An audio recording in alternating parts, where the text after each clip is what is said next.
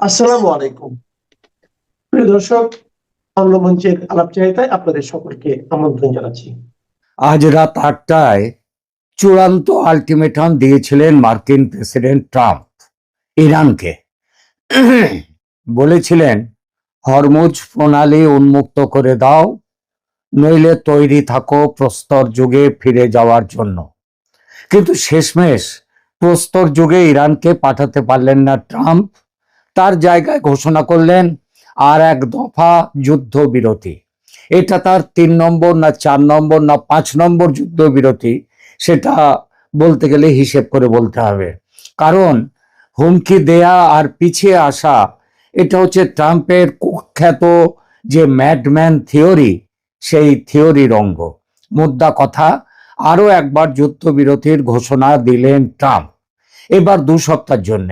এখন প্রশ্ন এবার প্রশ্ন এবারের এই বিরতি কেন, কে কি পেল, আর কে কি এই বিরতির আড়ালে নিজেদের দুর্বলতা লুকোলো।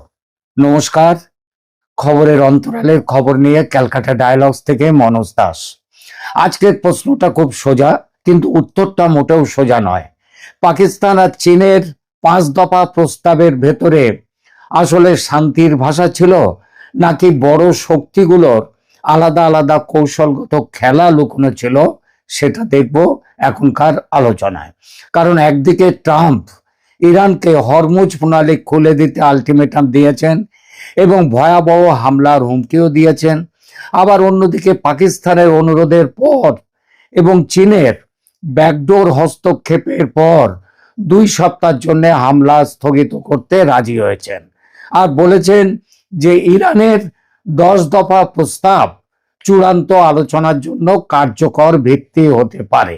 অথচ গত কয়েকদিন ধরে তিনি সমানে বলে আসছেন ইরানের 10 দফা প্রস্তাব মানা যায় না, ওটা বাজে কাগজের ঝুড়িতে ফেলে দিয়েছেন তিনি।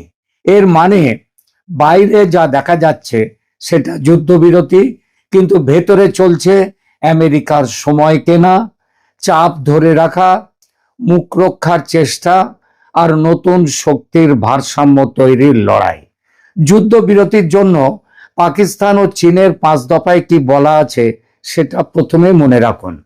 সেখানে বলা আছে, অবিলম্বে যুদ্ধ বন্ধ, 1, আঞ্চলিক সার্বভৌমত্ব ইরানের সেটা নিশ্চিত করা, নিরাপত্তা নিশ্চিত করা, 3, বেসামরিক লক্ষ্যবস্তুতে হামলা বন্ধ, এবং 4, হরমুজে নৌ চলাচল নিরাপদ রাখা, এবং জাতিসংঘ 5 নম্বর জাতিসংঘ সনদের ভিত্তিতে বড় ধরনের শান্তি কাঠামো গড়া, যেখানে বেসামরিক স্থাপনা আক্রমণের লক্ষ্যবস্তু হবে না।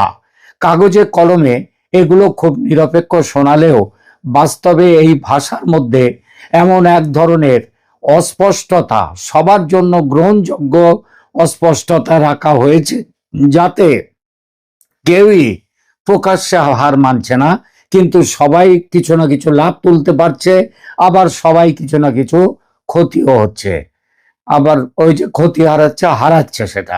আর ঠিক এই জায়গাটাই পুরো গল্পের কেন্দ্র। প্রথমে দেখি কে কি পেল।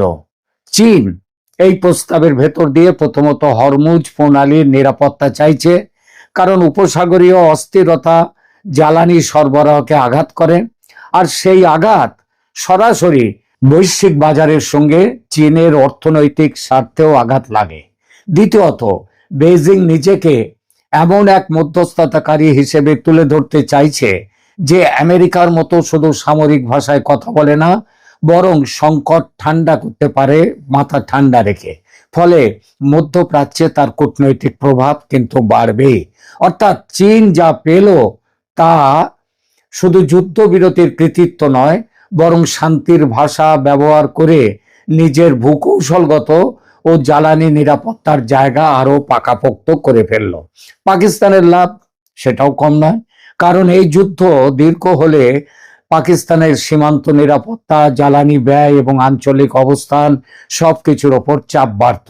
কিন্তু শুধু ঝুঁকি কমানোই না, ইসলামাবাদ এখন নিজেকে এমন এক দরকারি খেলোয়াড় হিসেবে তুলে ধরতে চাইছে বিশ্বের কাছে, যার ফোন ধরতে হয় ওয়াশিংটনকে, আর যার মাটিতেই যুক্তরাষ্ট্র ইরান আলোচনায় বসতে পারে।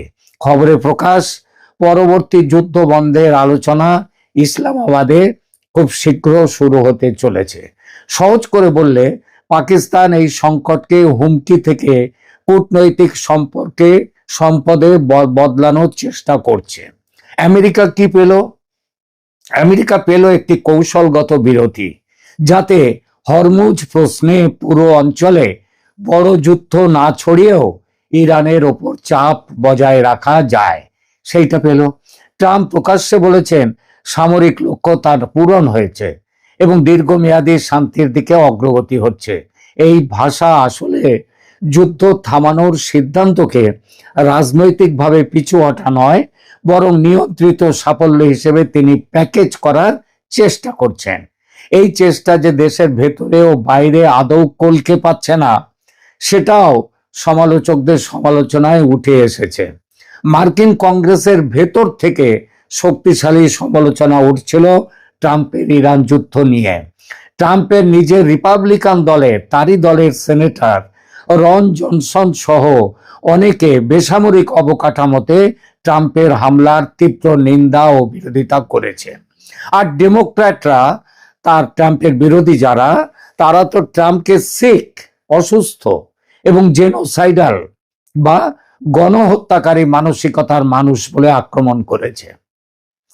আন্তর্জাতিক আইন বিশেষজ্ঞরা ট্রাম্পের ওই সেতু ধ্বংস, বিদ্যুৎ কেন্দ্র ধ্বংস, ডিস্যালিনেশন প্ল্যান্ট ধ্বংস, এইসব জায়গায় হামলার হুমকিকে যুদ্ধ অপরাধ হিসেবে চিহ্নিত করেছেন। ফলে প্রবল সমালোচনার মুখে এই যুদ্ধবিরতি ট্রাম্পের মুখ রক্ষার চেষ্টা ছাড়া আর অন্য কিছু নয়। আর ইরান কি পেল এই যুদ্ধবিরতিতে? আমেরিকা থেমে যাওয়ার ফলে ইরান পেল সময়, শ্বাস নেওয়ার সুযোগ, নিজের সার্বভৌমত্বের প্রশ্নকে আলোচনার কেন্দ্রে আনার সুযোগ, এবং যুদ্ধবিরতিকে আত্মসমর্পণ করেনি ইরান, বরং নিজের শর্তে দর কষাকষি করতে পারছে, এইটাই ইরান বুঝিয়ে দিল। সারা পৃথিবীকে তারা দেখালো যে ট্রাম্পকে নত হতে হচ্ছে তাদের কাছে, আলোচনার টেবিলে বসতে হচ্ছে। ইরানের যে 10 দফা শর্তকে ট্রাম্প বলেছিল বাদ ফেলে দিয়েছিলেন বাজে কাগজে জড়িতে, সেখান থেকে তুলে সেই শর্তের প্রেক্ষিতেই ওপরেই আলোচনায় বসতে হচ্ছে। সারা বিশ্ব দেখছে ইরান যুদ্ধবাজ ট্রাম্পকে পিছু মোড় করতে বাধ্য করেছে। এবার আসি কে কি লুকোলো সেই প্রশ্নে।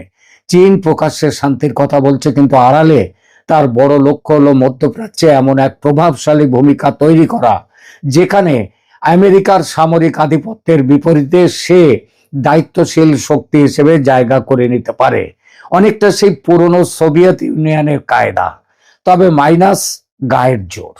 গায়ের জোরে চীন আসছে না। সোভিয়েত ইউনিয়ন চোখে চোখ রেখে গায়ের জোরে ভয় দেখাতো, আমেরিকাকে কোনো কাজ করতে গেলে আমেরিকাকে ভাবতে হতো।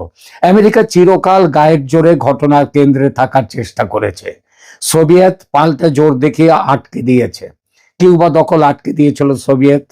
71-এ বাংলাদেশের স্বাধীনতা যুদ্ধ আটকাতে 7ম নৌবহর পাঠিয়েছিল আমেরিকা। সোভিয়েতের পাল্টা হুমকিতে ভেস্তে যায় সে প্ল্যান, যার জন্য বাংলাদেশ আজ স্বাধীন। এরকম অজস্র উদাহরণ। আজ সোভিয়েত থাকলে ভেনেজুয়েলা থেকে মাদুরোকে তুলে আনতে পারতেন না ট্রাম্প, ইরানে এভাবে ঝাঁপাতে পারতেন না। চীন এখন সোভিয়েতের সেই ভূমিকায় যেতে চাইছে, সরাসরি যুদ্ধের পক্ষে নয়, কিন্তু সে এটাও চায় না যে অঞ্চল এমনভাবে অস্থির হোক যাতে তেল সরবরাহ, শিপিং রুট এবং বৈশ্বিক বাজারে অনিশ্চয়তা তার অর্থনৈতিক কাঠামোকে ক্ষতিগ্রস্ত করে। তাই চীনের লুকোনো বার্তা হলো শান্তি চাই, কিন্তু সেই শান্তি এমন হতে হবে যাতে বেজিং এর মর্যাদা, বাণিজ্য, শক্তির অবস্থান একসঙ্গে শক্তিশালী হয়। এই যুদ্ধের পর যে আমেরিকার যেসব আরব মিত্র দেশ, সেখানে কিন্তু চীনের ক্ষমতা বাড়বে, চীনের আধিপত্য বাড়বে। পাকিস্তানও শুধু মানবিক উদ্বেগে নড়ে ওঠেনি, সে জানে বড় শক্তির মধ্যে সেতু বন্ধন করতে পারলে তার নিজের আন্তর্জাতিক দর কষাকষির মূল্য অনেক বেড়ে যায়। দেশে অর্থনৈতিক চাপ, বাইরে নিরাপত্তা অনিশ্চয়তা, এই বাস্তবতায় ইসলামাবাদ এমন একটি ভূমিকা চাইছে যেখানে তাকে সমস্যার অংশ নয়, সমাধানের প্ল্যাটফর্ম হিসেবে দেখা হবে। তাই পাকিস্তান যা লুকোলো তা হলো এই মধ্যস্থতা কেবল শান্তির জন্য নয়, এটা তার আন্তর্জাতিক বৈধতা ও কৌশলগত গুরুত্ব ফেরত পাওয়ার প্রকল্প। ট্রাম্প প্রশাসনও অনেক কিছু লুকিয়েছে, কারণ বারবার হুমকি দেওয়ার পর 2 সপ্তাহের বিরতিতে তার যাওয়াটা দেখায় যে যুদ্ধক্ষেত্রে হিসেবের সঙ্গে বাজার, অর্থনীতি, জ্বালানি, মিত্রদের উদ্বেগ এবং ঘরোয়া রাজনীতির বাস্তবতা জড়িয়ে গেছে। যুক্তরাষ্ট্রের ভেতরেই এই ওঠানামা নিয়ে প্রশ্ন উঠেছে, কারণ ট্রাম্পের অবস্থান মার্চ থেকে সেই ফেব্রুয়ারির 28 থেকে এপ্রিল পর্যন্ত বেশ কয়েকবার বদলেছে। কখনো তীব্র হুমকি, কখনো যুদ্ধবিরতির ইঙ্গিত, আবার কখনো নতুন চাপ। ফলে ওয়াশিংটন যা লুকোতে চায় তা হলো এই বিরতি আদর্শিক শান্তি বা ইচ্ছার ফল নয়, বরং ব্যয় সাপেক্ষ অনিশ্চিত যুদ্ধে পুরোপুরি যেতে চায় না বলে একটি হিসেবি বিরতি দিল, পরেরটা পরে দেখা যাবে। ইরানও কেবল শান্তির ভাষা বলছে না, সে চাইছে যুদ্ধবিরতির ভেতর দিয়ে নিষেধাজ্ঞা শিথিলতা, ক্ষতিপূরণ এবং জব্দ সম্পদ মুক্তির মতো বড় রাজনৈতিক ও অর্থনৈতিক এজেন্ডা আছে তার। ইরানের বার্তা হলো, যুদ্ধ থামাতে হলে শুধু গুলি বন্ধ করলেই হবে না, ক্ষমতার সমীকরণ বদলাতে হবে, ক্ষতিপূরণ দাও। অর্থাৎ তেহরান যা লুকোলো তাহলে এই বিরতি তার জন্য মূলত সময় কেনা, শর্ত বদলানো, নতুন করে চাপ সৃষ্টি করা, করে দর কষাকষির জায়গা বাড়ানো। ইসরায়েলের হিসেবটি, এবার আসি সবচেয়ে গুরুত্বপূর্ণ অংশে। ইসরায়েল কি চায়? বিভিন্ন প্রতিবেদনে দেখা যাচ্ছে ইসরায়েলি কর্মকর্তারা মনে করছেন এখনই যুদ্ধবিরতি আগেভাগে হয়ে যাবে, এটা তারা চায় না। তারা চায় সামরিক অভিযান আরো কিছু সময় চলুক, যাতে ইরানের পারমাণবিক ও ক্ষেপণাস্ত্র সক্ষমতাকে আরো গভীরভাবে ক্ষতিগ্রস্ত করা যায়। আরো স্পষ্ট করে বললে, ইসরায়েলের লক্ষ্য শুধু একটি সাময়িক যুদ্ধবিরতি নয়, তার বড় উদ্দেশ্য হলো ইরানকে এতটাই দুর্বল করা যে ভবিষ্যতে তেহরান আঞ্চলিক প্রতিরোধ, অক্ষ ক্ষেপণাস্ত্র কর্মসূচি এবং পারমাণবিক সক্ষমতার আগের শক্তি, এই যুদ্ধ শুরু হওয়ার আগে তার যা শক্তি ছিল সেই শক্তি আর যেন ফিরে না পায়। কিছু রিপোর্টে এমনও এসেছে যে নেতানিয়াহু ট্রাম্পকে যুদ্ধবিরতিতে না যেতে প্রচন্ড চাপ দিয়েছেন। তিনি বলেছেন এই মুহূর্তে থেমে গেলে ইসরায়েলের সামরিক লক্ষ্য অসম্পূর্ণ থেকে যেতে পারে। একই সঙ্গে মার্কিন শর্তের মধ্যে ইউরেনিয়াম হস্তান্তর এবং সমৃদ্ধকরণ বন্ধের বিষয় থাকলেও ইসরায়েলের দৃষ্টিতে এগুলো যথেষ্ট নয়, কারণ তাদের উদ্বেগ কেবল পারমাণবিক অস্ত্র নয়, তারা ইরানের সামগ্রিক আঞ্চলিক সক্ষমতা ভেঙে দিতে চায়, ইরানকে দমন করে রাখতে চায়। এই কারণে ইসরায়েলের কাছে যুদ্ধবিরতি মানে যুদ্ধ শেষ নয়, বরং পরের ধাপের আগে বিরতি, আর প্রয়োজন হলে তারা কিছু ফ্রন্টে যুদ্ধকে চালিয়েও যেতে চাইতে পারে, এবং সেটা তারা যাবে, এমন খবর আসছে। এখানে ইসরায়েল কি পেল? একদিকে যুক্তরাষ্ট্র এখনো ইরানের উপর চাপ ধরে রেখেছে, ইউরেনিয়াম ও সমৃদ্ধকরণ প্রশ্নকে আলোচনার কেন্দ্রে রেখেছে এবং সামরিক বিকল্প পুরোপুরি সরিয়ে দেয়নি। কিন্তু কি পেল না? পেল না নিশ্চিতভাবে সেই দীর্ঘযুদ্ধ, যা ইসরায়েলের মতে ইরানের শাসন ব্যবস্থাকে আরো গভীরভাবে নাড়িয়ে দিতে পারে। তাই ইসরায়েলের লুকোনো হতাশা হলো ওয়াশিংটন কৌশলগত বিরতি নিচ্ছে, কিন্তু তেল আবিব হয়তো এখনো কাজ শেষ হয়নি, হয়তো নয়, তারা নিশ্চিতভাবে মনে করছে যে উদ্দেশ্য নিয়ে তারা লড়াইতে নেমেছিল সেই উদ্দেশ্য এখনো সফল হয়নি। সামনে কি হতে যাচ্ছে তাহলে? এখন বড় প্রশ্ন, আগামীতে কি হতে চলেছে। প্রথমত, ইসলামাবাদে যুক্তরাষ্ট্র ইরান আলোচনা শুরুর কথা এসেছে, যা দেখায় এই 2 সপ্তাহকে সবাই বাস্তব পরীক্ষার সময় হিসেবে দেখছে। দ্বিতীয়ত, এই বিরতি টেকসই হবে কি না তা অনেকটাই নির্ভর করছে হরমুজ প্রণালী কতটা নিরাপদভাবে খোলা থাকে, ইরানের 10 দফা প্রস্তাবের কোন অংশগুলো আলোচনায় জায়গা পায়, এবং ওয়াশিংটন তার চাপের রাজনীতিকে সামরিক হুমকি থেকে রাজনৈতিক সমঝোতায় কতটা রূপান্তর করতে পারে তার উপর। তৃতীয়ত, ইসরায়েল এই প্রক্রিয়াকে পুরোপুরি নিজের কৌশলের সঙ্গে না মেলাতে পারলে যুক্তরাষ্ট্র ইসরায়েলের মধ্যেও কত দূর যাওয়া হবে প্রশ্নে মত পার্থক্য বাড়তে পারে এবং বাড়বে। চতুর্থত, ইরান যদি এই বিরতিকে ব্যবহার করে শর্ত কঠোর করে আর আমেরিকা যদি এটাকে ব্যবহার করে নতুন চাপের কাঠামো তৈরি করে, তাহলে 2 সপ্তাহ পরে আবারও হুমকি, আবার যুদ্ধবিরতি, নানা রকম প্রস্তাব এই চক্রাকারে ফিরে আসতে পারে।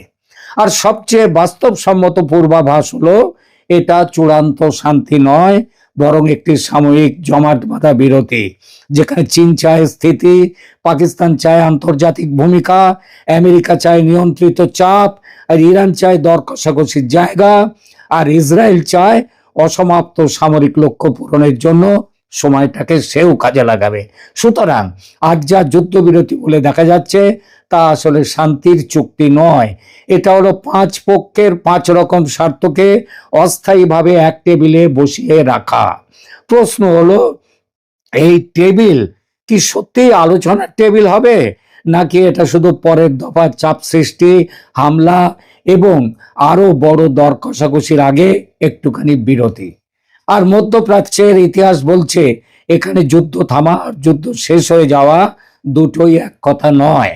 তবে শেষ বিচারের দাঁড়িপাল্লায় চাপালে আমেরিকার এই 2 সপ্তাহের যুদ্ধবিরতিতে লাভের পাল্লা যত না আমেরিকার দিকে, তার থেকে অনেক বেশি ইরানের দিকে। ইরান বুঝিয়ে দিয়েছে আমেরিকা তার নিজের প্রয়োজনে যুদ্ধ থামাতে আপাতত এগিয়ে আসছে, বাধ্য হচ্ছে।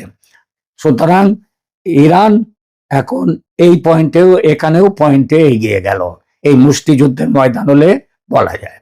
আগামীকাল 7ই এপ্রিল মঙ্গলবার বাংলাদেশের পররাষ্ট্রমন্ত্রী ডক্টর খলিলুর রহমান ভারত সফরে যাবেন। তার এই সফরকে কেন্দ্র করে ইতিমধ্যেই অনেক জল্পনা কল্পনা শুরু হয়েছে। এই সফরে ডক্টর খলিল কি প্রত্যাশা করছেন এবং তার জন্য ভারত কি বার্তা নিয়ে অপেক্ষা করছে, আজকে সেই বিষয়টি নিয়ে আলোচনা করব। শেষ পর্যন্ত সাথে থাকুন। আসসালামু আলাইকুম এবং আদাব। এই যে গত 12ই ফেব্রুয়ারি নির্বাচনটা হলো, যে নির্বাচনে বিএনপি ভূমিধস বিজয় অর্জন করেছে, শোনা যায় সেই নির্বাচনী বিজয়ের পেছনে ভারতের একটি ভূমিকা রয়েছে। গত প্রায় 1 বছর ধরে পর্দার অন্তরালে ইংল্যান্ডে ভারতের সাথে তারেক রহমানের একটা দীর্ঘ আলোচনা হয়েছে এবং ভারতের রাষ্ট্রদূত বিক্রম কে দোরাইস্বামী, যিনি একসময় বাংলাদেশে রাষ্ট্রদূতের দায়িত্ব পালন করেছেন 2020 থেকে 22 সাল পর্যন্ত, এবং তারপরে তিনি ইংল্যান্ডে ভারতীয় রাষ্ট্রদূত হিসেবে দায়িত্ব পালন করেছেন এবং গত মাসেই তাকে আবার চীনে ভারতের রাষ্ট্রদূতের দায়িত্ব দেওয়া হয়েছে। সো এই বিক্রম কে দোরাইস্বামী মূলত তারেক রহমানের সাথে ভারত সরকারের পক্ষ থেকে নেগোসিয়েশন করেন এবং তাদের মধ্যে একটা 10 দফা চুক্তি স্বাক্ষরিত হয়। সেই চুক্তি অনুযায়ী একটা কন্ডিশন ছিল যে বাংলাদেশে একটা ইনক্লুসিভ ডেমোক্রেটিক এনভায়রনমেন্ট এনশিওর করা হবে। আপনারা জানেন যে ভারত কিন্তু সবসময় চেয়েছিল একটি ইনক্লুসিভ ইলেকশন যেন বাংলাদেশে হয়, কিন্তু ভারতের সেই চাওয়াটা পূরণ হয়নি। মূলত অন্যান্য পরাশক্তি, বিশেষ করে আমেরিকা, এখানে একটা ইনক্লুসিভ ইলেকশন চায়নি এবং ভারত ও আমেরিকার মধ্যে সেই সময় সম্পর্কটা খুব ভালো যাচ্ছিল না। কিন্তু পরবর্তীতে আমেরিকা এবং ভারতের সম্পর্কটা যখন ঠিক হয়, তখন তারা মেনে নেয় যে ঠিক আছে, ইলেকশনটা ইনক্লুসিভ না হলেও ইলেকশনের পরে বিএনপি ক্ষমতায় এসে একটা ইনক্লুসিভ পলিটিক্যাল এনভায়রনমেন্ট ক্রিয়েট করবে। সেই শর্ত অনুযায়ী আওয়ামী লীগেরও রাজনীতিতে যে নিষেধাজ্ঞাটা রয়েছে আওয়ামী লীগের উপরে, সেই নিষেধাজ্ঞাটা প্রত্যাহার হবার কথা। কিন্তু বর্তমানে দেখা যাচ্ছে যে আওয়ামী লীগের কার্যক্রমের উপরে ডক্টর ইউনূস সরকার যে গত বছরের মে মাসে নিষেধাজ্ঞা আরোপ করেছিল, সেই নিষেধাজ্ঞা তো প্রত্যাহার করা হচ্ছেই না, বরং সন্ত্রাস দমন আইনের একটা নতুন ধারা যোগ করে এমন একটা সিস্টেম করা হচ্ছে যাতে আওয়ামী লীগকে নিষিদ্ধ করা হবে এবং আওয়ামী লীগ যারা করবে তাদের জন্য একদম কারাদণ্ডের ব্যবস্থা করা হবে। এরকম একটা বিল সংসদে আসছে। সুতরাং এটা যে ভারতের সাথে যে চুক্তি স্বাক্ষর করা হয়েছিল তার বরখেলাপ। এর বাইরেও ভারতের কিন্তু বাংলাদেশের ব্যাপারে বিশেষ ইন্টারেস্ট আছে। বাংলাদেশের আর ভারতের সম্পর্ক কেবলমাত্র যে প্রতিবেশী রাষ্ট্র তা না, বাংলাদেশ ভারতের একটা কৌশলগত গুরুত্বপূর্ণ অংশীদারও বটে। সুতরাং বাংলাদেশে যদি একটা স্বাভাবিক গণতান্ত্রিক পরিস্থিতি থাকে, এখানে যদি জঙ্গিবাদ মাথা তুলে না দাঁড়ায়, তাহলে সেটা ভারতের জন্য মঙ্গল। কিন্তু যে মুহূর্তে আওয়ামী লীগের রাজনীতিটাকে নিষিদ্ধ করা হবে, আইন করে নিষিদ্ধ করা হবে, সেই মুহূর্তে কিন্তু বাংলাদেশে জঙ্গিবাদের ব্যাপক চাষাবাদ হবে, জঙ্গিবাদের বাম্পার ফলন হবে, এবং সেই বাম্পার ফলন ভারতের জন্য একটা ব্যাপক মাথা ব্যথার কারণ হবে। ইতিমধ্যেই পাকিস্তানের একজন মন্ত্রী বলেছেন যে এর আগে তারা ভারতকে আক্রমণ করেছিল সে পাহেলগাঁও গ্রামের দিকে, এবার তারা পূর্ব দিক থেকে ভারতকে আক্রমণ করবে। ক্লিয়ার ইন্ডিকেশন যে বাংলাদেশের ভূমি ব্যবহার করে তারা ভারতকে আক্রমণ করবে। আপনারা আরো জানেন যে রিসেন্টলি 8 জন জঙ্গি লস্করে তৈয়বার, এই জঙ্গিরা ভারতে গ্রেপ্তার হয়েছেন। এই 8 জনের মধ্যে 7 জনই বাংলাদেশি, এবং তারা প্রথমে নেপাল গিয়েছেন এবং নেপাল থেকে পরে ভারতে প্রবেশ করেছেন। তো এটা তো অবশ্যই ভারতের জন্য একটা বিরাট মাথা ব্যথা। তো এই অবস্থায় ডক্টর খলিল আগামীকাল ভারতে যাবেন। এর আগে ভারতের যিনি আছেন বাংলাদেশের রাষ্ট্রদূত মিস্টার রিয়াজ হামিদুল্লাহ, তাকে কিন্তু ভারত সরকার পররাষ্ট্র মন্ত্রণালয়ে দেখেছিল এবং ভারতের বিভিন্ন অসন্তোষ কিন্তু তাকে আগে জানানো হয়েছিল। কিন্তু এর প্রেক্ষিতে বর্তমানে ডক্টর খলিল যে যাচ্ছেন, তিনি আগামীকাল দুপুরের পরে রওনা দেবেন, বিকেলে দিল্লি পৌঁছানোর কথা, এবং আগামীকাল সন্ধ্যা 6টা থেকে রাত 8টা পর্যন্ত ভারতের জাতীয় নিরাপত্তা উপদেষ্টা অজিত ডাভালের সাথে তার গুরুত্বপূর্ণ মিটিং রয়েছে। 8 তারিখে তার ভারতের পররাষ্ট্রমন্ত্রী ডক্টর জয়শঙ্কর, ভারতের জ্বালানি মন্ত্রী হরদীপ সিং পুরী এবং আরো কয়েকজন গুরুত্বপূর্ণ ব্যক্তির সাথে মিটিং করার কথা রয়েছে। ধারণা করা হচ্ছে যে ভারতের পক্ষ থেকে খুব স্পষ্ট অসন্তোষ জানানো হবে যে এই যে আওয়ামী লীগের রাজনীতি নিয়ে কেন এরকম করা হচ্ছে, যে 10 দফা চুক্তিতে সম্মত হয়ে তারেক রহমান ক্ষমতা আসছে, সেই 10 দফা চুক্তির কেন খেলাপ করা হচ্ছে। এবং ভারত একটি ব্যাপারে বলেছিল যে তুরস্কের সাথে যে মাখামাখি ডক্টর ইউনূসের ছিল সেটা যেন না থাকে, কিন্তু তারেক রহমান সেই তুরস্কের সাথে একই পথে হাঁটছে। দহরম মহরম রয়েছে।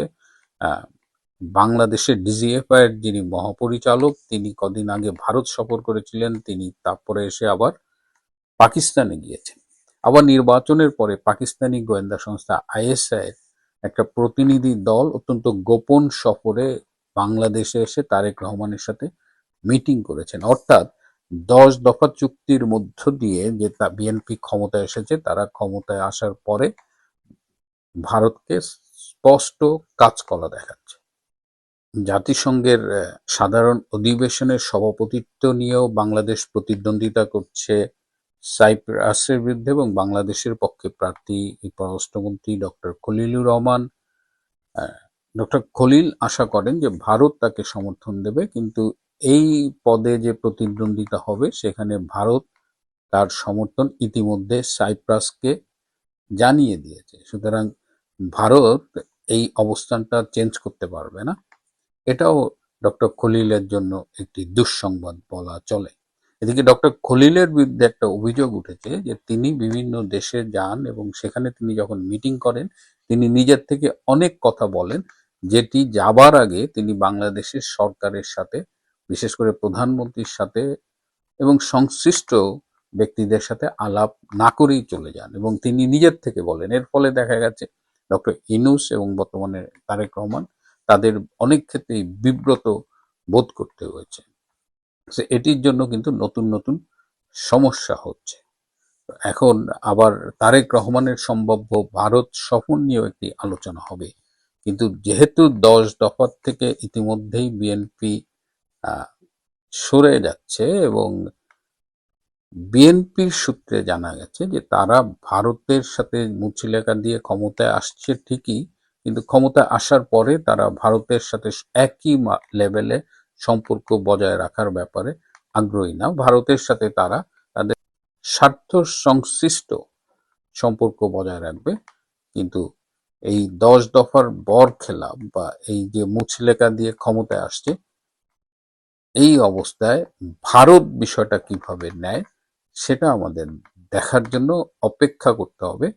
এবং কয়েকটি কূটনৈতিক সূত্রে জানা গেছে ভারত হয়তো এই মুহূর্তে তাদের একটা সফট অসন্তোষ জানাবে, এই মুহূর্তে হয়তো ক্ষুব্ধ কোনো প্রতিক্রিয়া জানাবে না, কিন্তু বিএনপির সাথে গোপন সমঝোতা করে ভারত যেভাবে বিএনপিকে বিজয়ী করে আসতে সহায়তা করেছে এবং বিএনপির এই বিজয়ের পেছনে হিন্দু ভোটার, আওয়ামী লীগ ভোটারদের একটা ব্যাপক ভূমিকা আছে, এই সব কিছু মিলিয়ে এখন পরিস্থিতি যেদিকে যাচ্ছে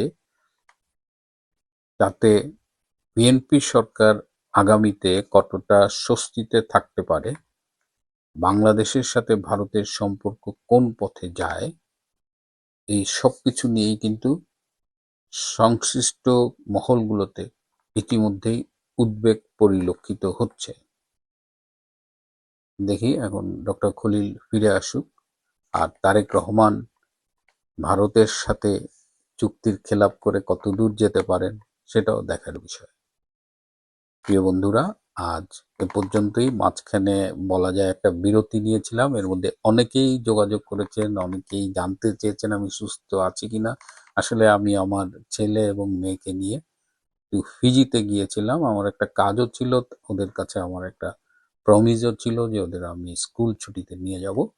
আবার ফিরে এসেছি, আশা করি নিয়মিতই আপনাদের সাথে দেখা হবে। আজ এ পর্যন্তই। ভালো থাকবেন, সুস্থ থাকবেন, তার চেয়েও জরুরি হলো নিরাপদে থাকবেন। সবাইকে অনেক ধন্যবাদ।